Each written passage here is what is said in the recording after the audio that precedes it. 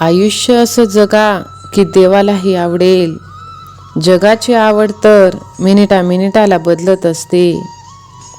रागामध्ये जे आपल्याला सोडून जातात ते परत येतात, पण हसून जो सोडून जातो तो परत कधीच येत नाही. दुःख सगळ्यांच्याच वाट्याला देतो देव.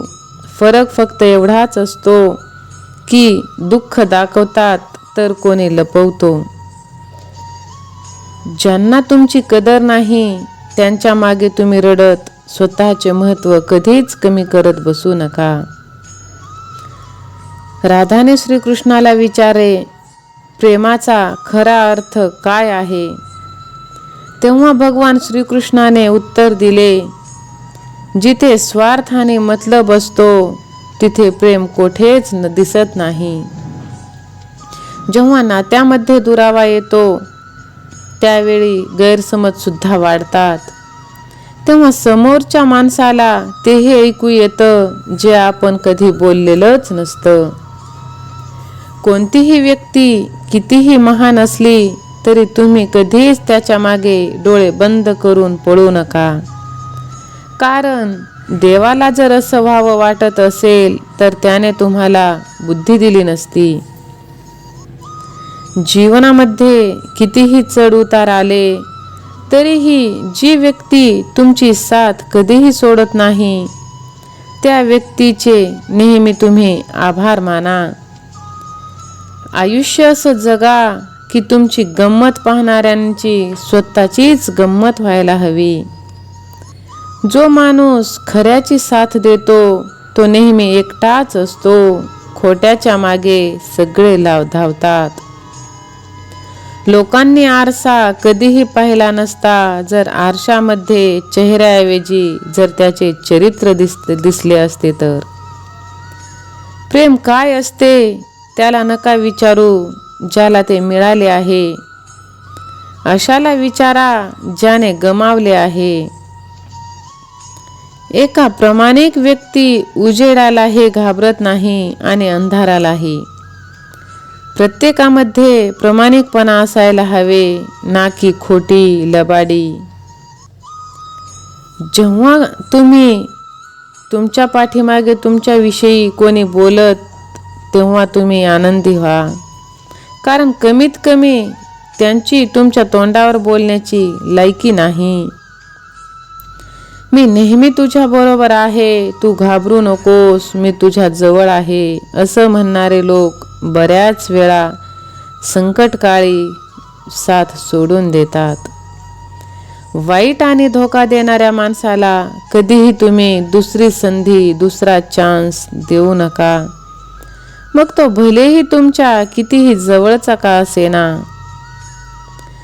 जास्त आनंदी असताना आणि जास्त दुःखी असताना कोणताही निर्णय घेऊ नका, कोणाशीही वचन देऊ नका.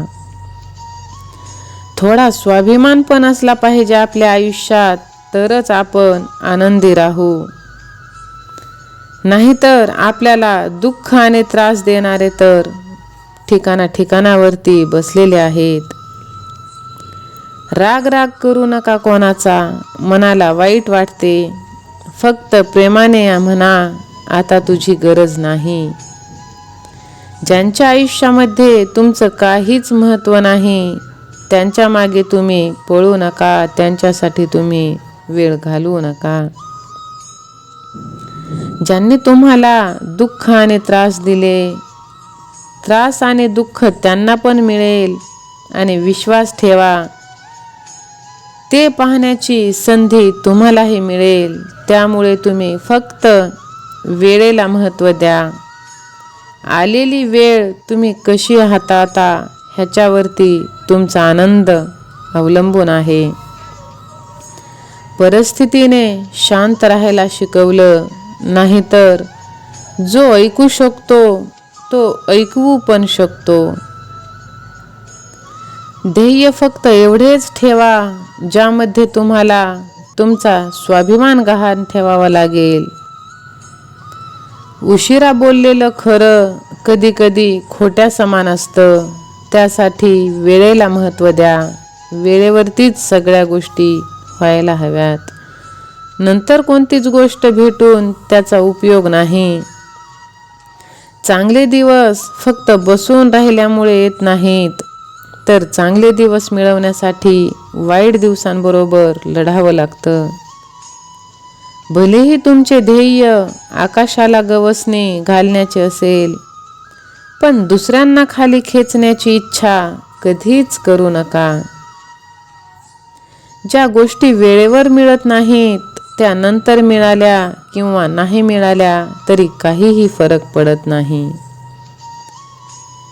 इथे कोणीच परिपूर्ण नाही. प्रत्येक माणूस थोडा कोठे ना कोठे अपूर्ण आहेच. वाईट आणि धोका देणाऱ्या माणसाला कधीच तुम्ही त्याच्यावरती विश्वास ठेवू नका. प्रत्येक चेहऱ्याच्या मागे खूप चेहरे असतात. कोणावर शंका घ्यायची आणि कोणावर विश्वास ठेवायचा हेच कळत नाही. वाईट वेळेची एक खासियत असते. वाईट वेळेत तुम्हाला असेही लोक सल्ला देतात जे स्वतःच कोणत्याच लायकीचे नसतात आणि कोणत्याच कर्म सुद्धा त्यांचं चांगलं नसतं. दुःख माणसाचा सगळ्यात चांगला मित्र आहे.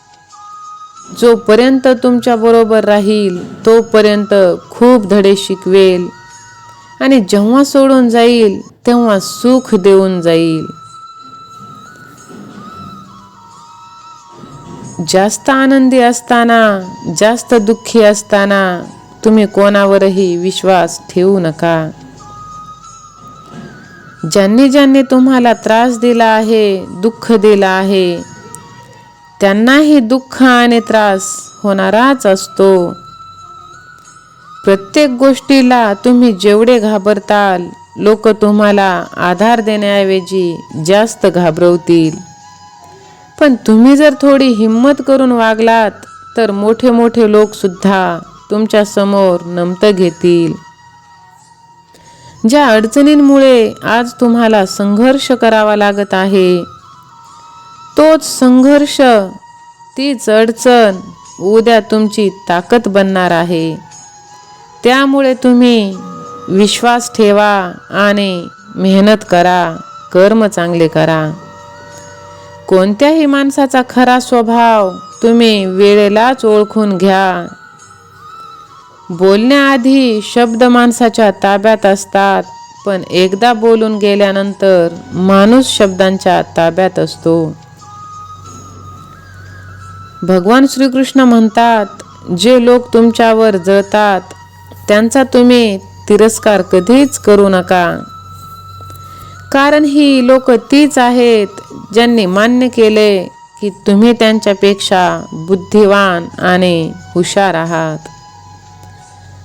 प्रत्येक माणूस असा माणूस शोधत आहे जो काहीही न बोलता प्रत्येक गोष्ट समजून घेईल. अमाप पैसा कमावला या मानवाने, कीर्ती प्रसिद्धी ही सुद्धा मिळवली त्याने. गर्वाचे घर त्याचे अति उंचीवर गेले, तिथून त्याने प्रकृतीवरच अत्याचार केले. मग मात्र निसर्गाने सगळेच द्वार बंद केले. एका सूक्ष्म जीवासमोर शेवटी हार मानली मानवाने.